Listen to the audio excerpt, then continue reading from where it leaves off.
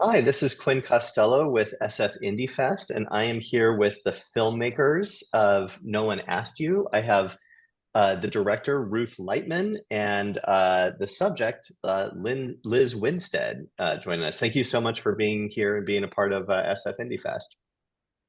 I'm Thanks very for excited. having us. Ruth, just wanted to start with you with kind of the broad outlines here, but how did you come to know Liz, and can you kind of speak to how this documentary came to life? I've always been a fan of Liz's, and I met her in 2012 at Netroots Nation, and then just really, really briefly, after Trump was elected, turned on the television, and there was Liz talking about how bad things were going to get, and this was always an issue that I cared about a lot. I think Liz and I were probably having our abortions at the same time in two different states. And I thought things are going to get a lot worse in a lot of different areas, but especially around abortion access. And so, in order to, be able to stay with it in a way that we could have levity and joy, I reached out to Liz and her team and asked if we could make a film about them because we knew that things were going to get a whole lot worse. Didn't know exactly what that would look like. And Liz, the events that you're organizing for this tour seem like they had this kind of amazing kind of cathartic power for the people who were a part of it. And I was curious when you're thinking about like curating and creating the tone for the events, how much are you like threading the needle between like comedy, righteous anger, and grief? Like just when you're thinking about how to like program the night. I mean, I feel like those three things are bedfellows. I don't know anybody who has not had intersections of all of those emotions all at once when it comes to dealing with grief and things that are hard. And I think sometimes we get through it through humor and especially through a shared sense of oppression. But I think how we curate it really is a couple of ways. Sometimes it's the gathering itself is a point where folks can come together knowing that they are going to have a good time.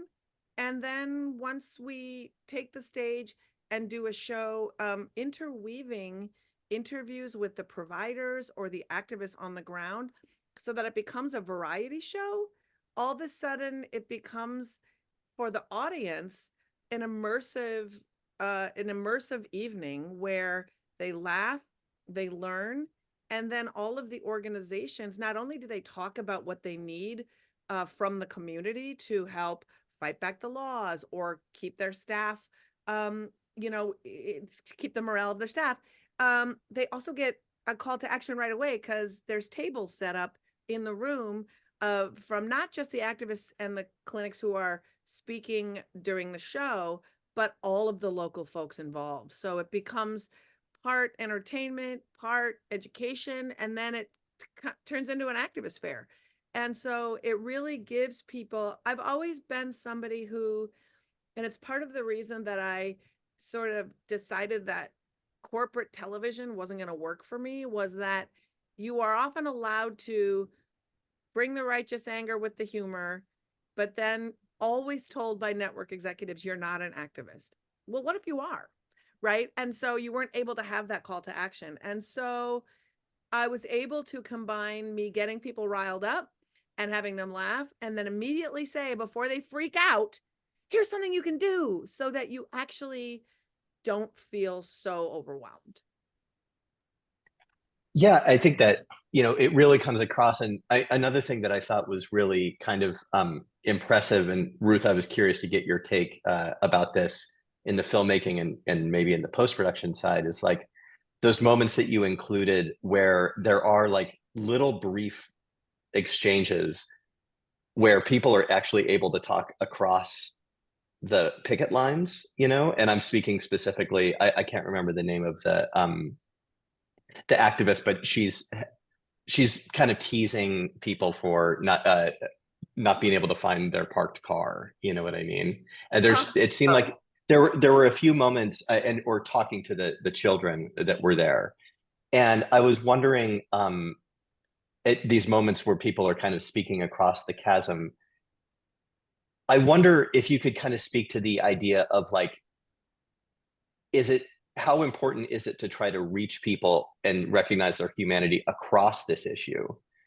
um, versus just kind of trying to galvanize people who are kind of already a part of the movement? Well, that's a particular gift that the organization and the people that we filmed have. Specifically, I think you're talking about Dorinda there. And Dorinda has a certain kind of, I don't know, amazing compassion for people that probably a lot of the rest of us don't exactly have for some of those antis, but Dorinda makes it her life's work to basically know what everyone is doing. She knows who's showing up at work that day, who's not. You know, if it's going to rain, the person who's doing yards is going to be at the clinic that day. So she really keeps, pretty close tabs. I think that, the comics, Liz and Joyelle and some of the other people that are in the film have a very unique relationship with the antis. Joyelle likes to do a dance. Liz certainly has a lot of banter with them back and forth. And but I think that specifically Dorinda has a way of I don't know, she texts with them. There were some times that we saw things that we were like, that's a lot, but that's how she finds out what they're doing. And that's, her particular brand of being able to interact with them. And I just want to sort of jump off from that and say this movement has turned into a movement that wants us dead. They've said it out loud. They have said it legislatively. They have gotten elected and proposed laws to execute people who've had abortions.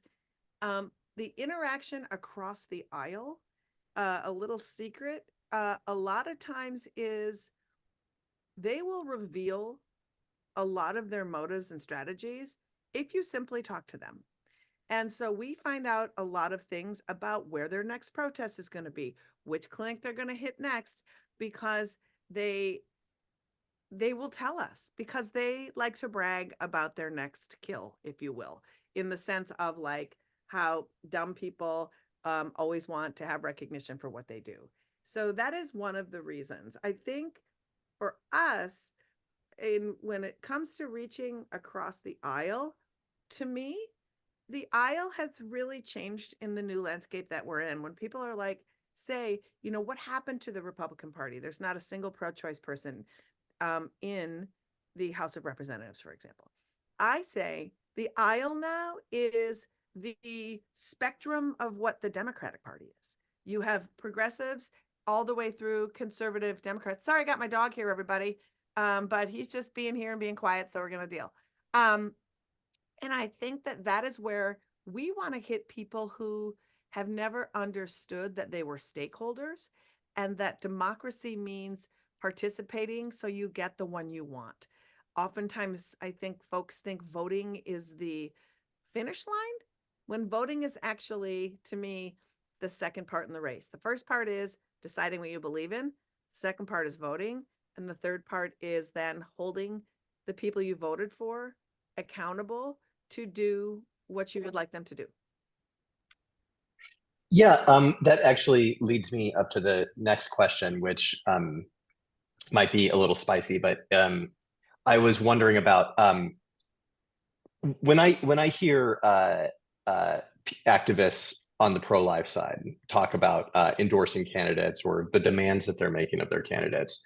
They're very clear, as you alluded. We want a national ban on abortion. We want mifepristone criminalized. We want all of these different these things, and we won't be endorsing you unless we get that. How on the Democratic side, it's a little bit different. It's more about damage control. When I tend to get emails, it tends to focus on just like we need to preserve, we need to play defense, we need to hold on to what we have. So, in what ways do you think that the Democrats have maybe failed to articulate a positive agenda for the reproductive rights movement? And in what ways have maybe those who are kind of activists in this realm and people who kind of are concerned about putting pressure on, in what ways should we be thinking about putting more pressure and making and being a little bit more kind of definitive in our demands? So first of all, we need to call them anti-choice. We don't call them Or pro-life, anti-abortion. Excuse me. anti-abortion. And Liz, you can take that. Okay. Yeah. You know, ever since Roe, Democrats have never, ever been comfortable with abortion and what it is. And in the all of the language that our site has used, politicians, often even second wave feminists, has always been nobody's for abortion, no one likes abortion, demonizing abortion. So the first thing I say is, how can you fight for something if you don't even say the word, if you only say pro-choice, if you say right to choose, reproductive rights? We're talking about abortion. And if we want to defend abortion, we all have to have our own come to whatever deity or no deity with ourselves about what abortion is in society and how we feel about it, because it's a moral choice, it's a community good, and it violates human rights to deny someone to do that. The Democratic Party has, you are exactly right, always been on defense. It's not enough to be pro-choice and say we're going to beat back this stuff. You have to say we're going to expand access for people who need it. You know, we need to say people who have abortions are people we know, people we love.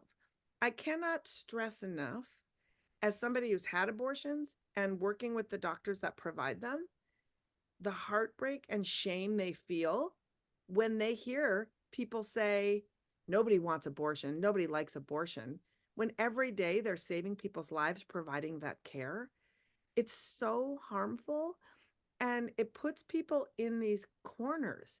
And when we say things like, well, at least we should have abortion for rape and incest, immediately what you're saying is there's good abortions and there's bad abortions. And what we need to do as a movement, and what we've been trying to do, is have the people who've had them really leading the charge so they can tell the stories. Because ground zero is, I've had an abortion and here's how it made my life better and here's what I did. That person also then can usher in, and here's this beautiful person who helped me provide that abortion. So if the people who have abortions are leading this conversation and are listened to by politicians, then the politicians can have the language of compassion and humanity. Because the truth is, we are in a moment we've never been in before, which is where abortion is more popular than any politician who's ever been elected to public office. And politicians don't have the tools to run with it because they've always run away from it. And every time we have a tiny victory, it's let's take a break for 5 years and not talk about it again, you know? And also, Democrats just have this way of bringing a PowerPoint presentation to a knife fight all the time. It's like, well, we've got the facts on our side. And it's like, hey, you know what else we have? Compassion, thoughtfulness, and consideration of a person's whole being. Because that is, honestly, if I were to be able to sit down with Joe Biden, I would say, it is imperative that you talk to people who've had abortions so that you can understand how your faith actually views people who help people access what they need. And you need to speak out on it, because to really be pro-choice means that we value all pregnancy outcomes. And that means if a 16-year-old's moral value says, I'm pregnant and I would like to have this child, I would like to live in a society where we help that person thrive and help that family really, really grow. Conversely, if there's a 35-year-old person who's already parenting and can't afford another child, to honor that person's right to have an abortion. Unless we really do value pregnancy outcomes and provide services and things we need, it's all kind of fruitless. And so, and abortion's part of that. And so I guess I just want to include abortion in all of that, because people know best about what they need for their lives and what they need to be better parents, or if they don't have capacity to parent. There's this weird notion. A study, in fact, a study just came out that said the most anti-abortion people are the people who do not understand pregnancy. Just a new study that was just released.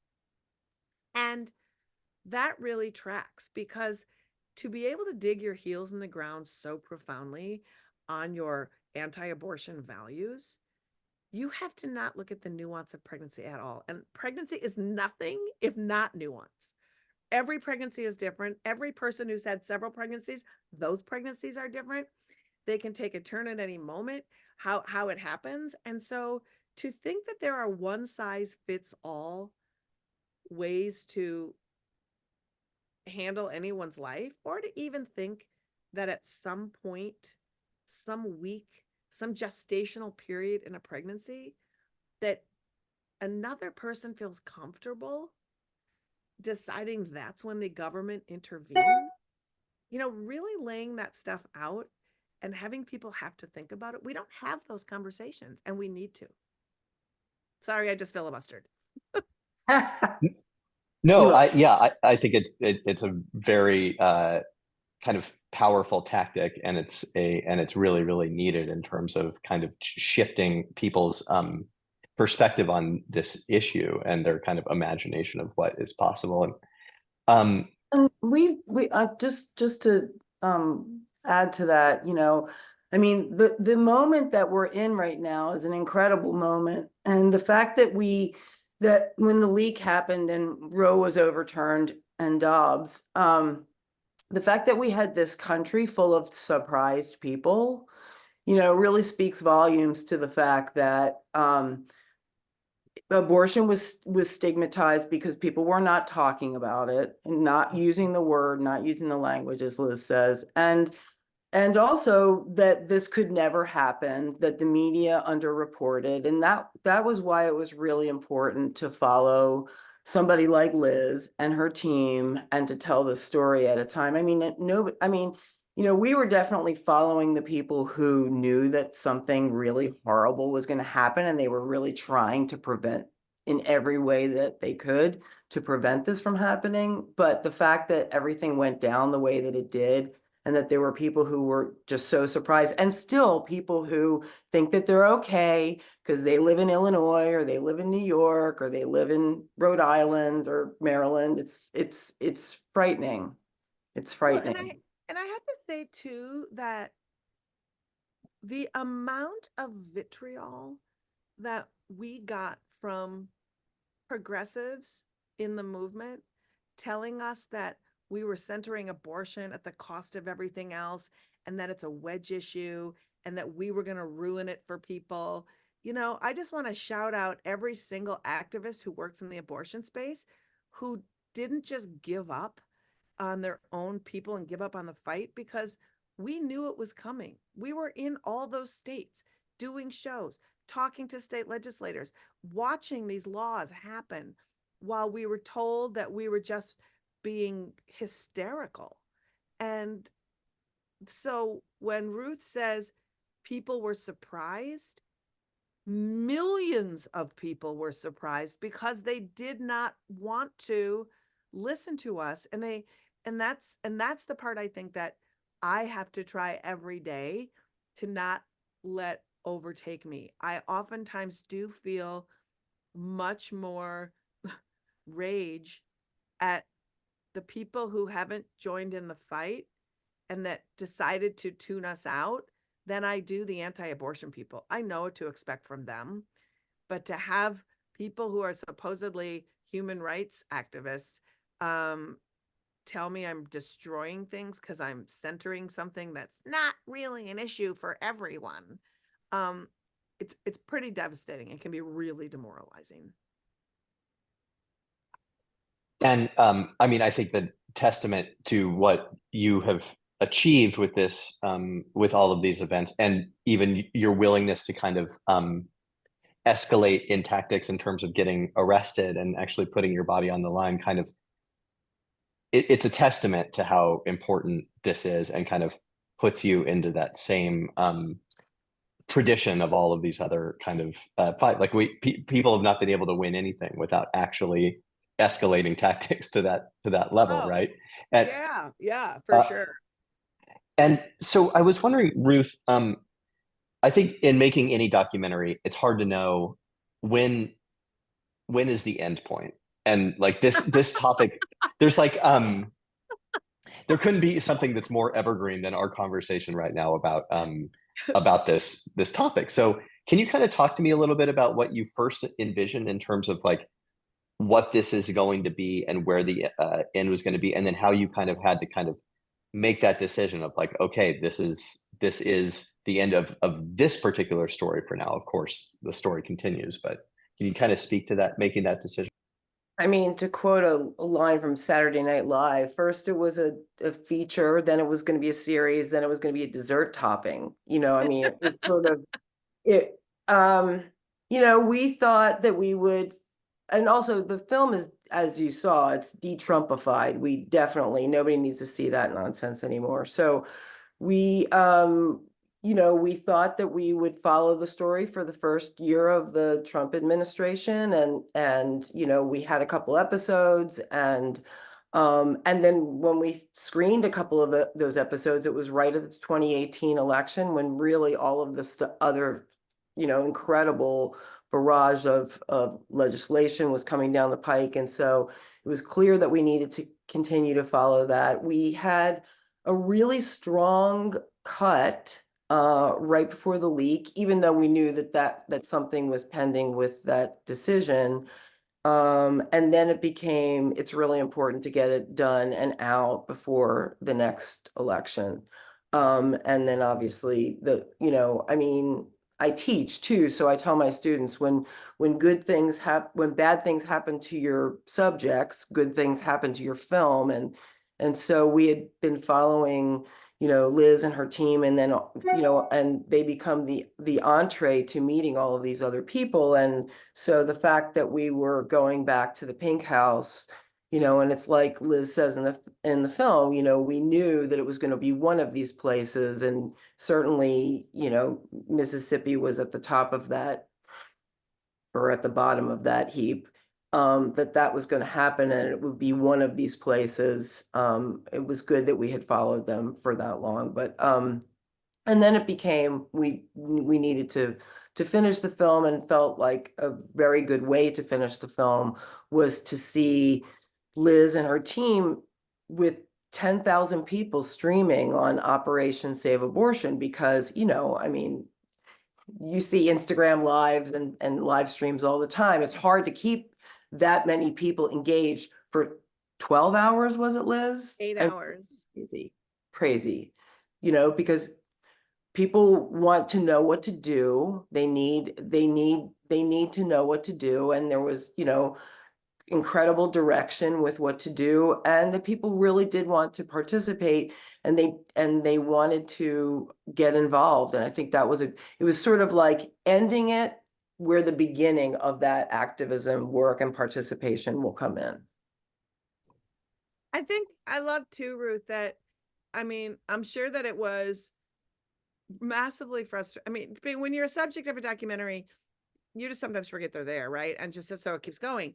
But watching how many times it seems like there's a natural ending. And I think that when you have a tight ending, and then all of a sudden the most monumental thing that could happen in this time and place, the fall of Roe, happens, there's just no way you can't carry on, and you don't budget for those things. And it's like, and that's the whole thing, is that you kept trying to tell a story with a certain amount of funds, and then that story, and it's not even like a little bit of, oh, I think we should add this for spice, or I think we should add this for something. Monumental things kept happening for people. And I'm just appreciative that Ruth didn't say, I think this time capsule's fine. because we live in an era right now that the story of what is happening to abortion access in America gets told only in the touchstone moments, and it's the details of the relentless laws that are coming out of state legislatures and what the anti-abortion activists are planning and how they are tied in with the literally white supremacy and militias.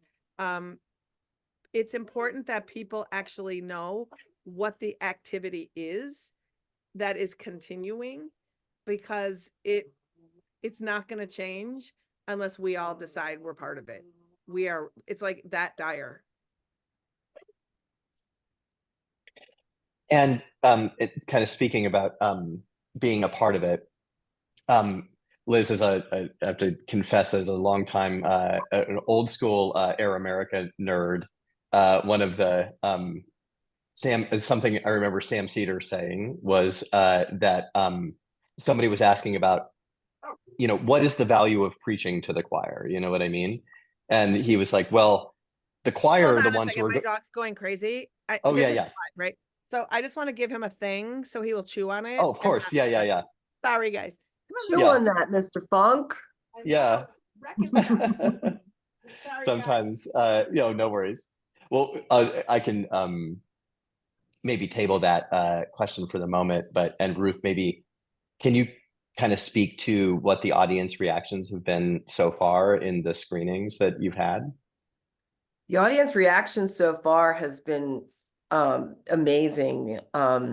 We got the audience award runner-up at Doc NYC. That was our premiere. This is our second festival. We're really excited to be in San Francisco. No, the people want to be able to do something, and the film and what the directive is in the film and what Liz and the team are doing really gives people the idea that I can do this one thing or I can do these 20 things. And I think that's, if there's ever been, activism fatigue in this country, it is now. Like, look what everybody's been through over the last 8 years. And so I think that there's this provides some levity and some direction. And I think that people really got that.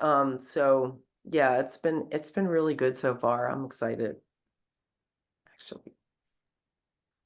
Yeah, that's what I was kind of going to tee up, Liz, and I'd be curious to get your perspective on it too, is like the value of creating stuff that is galvanizing for the choir, essentially, for the people who are doing this kind of work, in order for them to kind of see powerful examples of how what this work can actually do, and getting out of that kind of the silo, because the work can be so demanding. Can you speak to that as a tactic and something Yeah. that you think is? Well, I hear that, I get that a lot. And I always say to people, how boring is a choir that sings the same songs all the time? Like, so a choir always needs new songs. A choir always needs new people. And when people say that to me, I often say, do you ever walk into a butcher shop and say, this place is bullshit, why don't you sell fish? No, it's like they sell meat. That's what they do, right? And so for us, when the choir needs more songs and there is a hunger to do something, feed them what they're hungry for. And if you spend your time trying to make meals and then feed people across the aisle who are going to spit it in your face, that is not a good use of your time or the food, right? And so I always say there's people who are enthusiastic, and then when we allow them to take stock of their capacities, and we allow them to say, I have mobility issues. I can't march. I can't do that. It's something I can do. It's like, there's a million things you can do. Can you bake? You can write postcards. You can, if we do an event, we always have places for people to sit and come and talk and do something if it involves like doing something else. And if you have 5 minutes, you have 5 hours, you have 5 days, we want to be able to say, what's your skill? How much time you got? let's make that really valuable. And also so that people really understand that whatever their limitations are, that the thing we task them with matters. And so that's for us the way to people. I just don't want to mobilize people in the moment. I want to turn them into people who can incorporate change into their lives like they would their yoga practice or anything else that they find time and that enriches who they are. So that's always sort of the goal and always the way to think about all the stuff that we do. And I even have a hard time framing this around the choir because I think this is so large. It's not a choir either at all. It's really it's a universal health issue. It's a human rights issue. And I think that I think that it's so much greater than that. And I think that, I thought about this a lot in making the film because if it was for the choir, we didn't think that we were going to change minds about, like, if you were absolutely staunch anti-abortion, that this was not going to change your mind. But there are actually enough other people, it's sort of like everyone that needs to sort of come along and understand that they have participation in this and that they need to work to change the way that people look at this and to destigmatize abortion and to just sort of talk about it in a different way than we have in this country. But I also think that I think it's just much greater than that. But one really nice byproduct of all of this is that for people who did have shame around abortion and couldn't talk about it in the ways in which we would like them to, we've had, older women come to see the film and say, I do need to think about if I do believe in abortion, then I do need to talk about it in a way that says, I love abortion. I do need, I like it that was actually like a sort of a surprising byproduct of this, because I certainly was thinking that we were making this for the masses of people who were pro-abortion, but we're doing nothing. But in fact, I think that it can reach, others that have had a little bit of shame. And I think that Liz and her team and the comics really make a strong case through joy and humor, just why they just how they can do that. Everybody needs to laugh right now, certainly.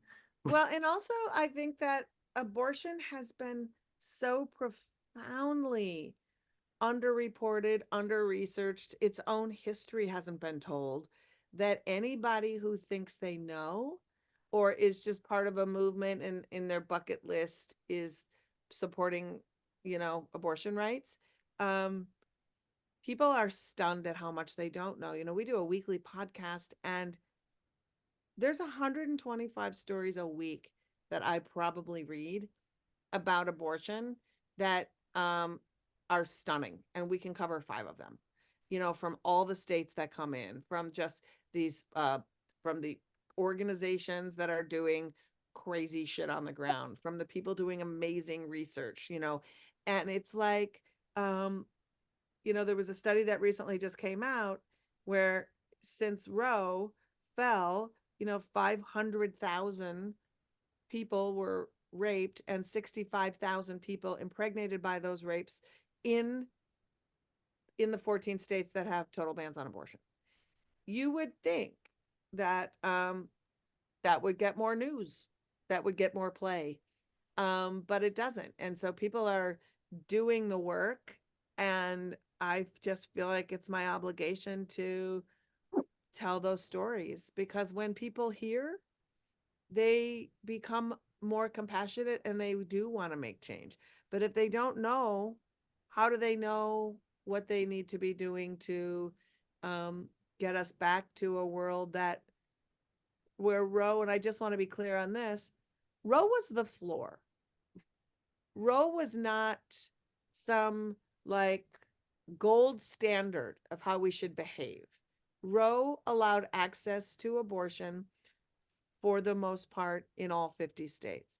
It didn't ensure that poor people, people of color, people who live in rural areas had access to it. It had a bizarro negotiated 24-week ban, as though viability is somehow, again, some cemented in thing. Pregnancy viability is like puberty. It doesn't just happen on your 13th birthday or in the 24th week of your pregnancy. Those things are fluid, which is why restrictions and bans and exceptions are actually tactics of oppression. Because if you don't fall into some category that somebody made up, you're just screwed. And why we get to decide how medicine works when you're not a doctor, you're barely a lawyer, or you ran a muffler shop and you're a state representative, like, it's kind of astounding who's allowed to just take their hands and get up all in our junk. Well, I think that's an excellent place to end. And I thank you so much for sharing this film. And Ruth or Liz, can you kind of, for people who saw the film and want to help get the word out, can you let us know how they can best do that? Social media plugs or anything like that? Are we gonna put like links in there, or how are we gonna do that? Are you gonna, yeah? You can let people know in the interview now, and then for sure on our social media page we can share. But is there a website that people can go to? Go ahead, Liz. So if you want to learn about I'll go first and tell you about the organization, then Yeah. Ruth can tell you all about the film and stuff. So if you want to learn more about our work and join the fight, we are across all platforms on social media at Abortion Front, and our website is aafront.org, where you can sign up to volunteer, adopt a clinic, learn about our programs, and make a donation if you so feel. And you can find us for the film. Our website is nooneaskedyou.com. And we are at no one asked you, as in you, not YOU, no one asked you, doc. And we're on Instagram and X, I think it is now. And Facebook, we are no one asked you, YOU, doc. Amazing. Thank you both so much. Thank you so much. Can't wait to see you in San Thank Francisco. you. See you in San Francisco.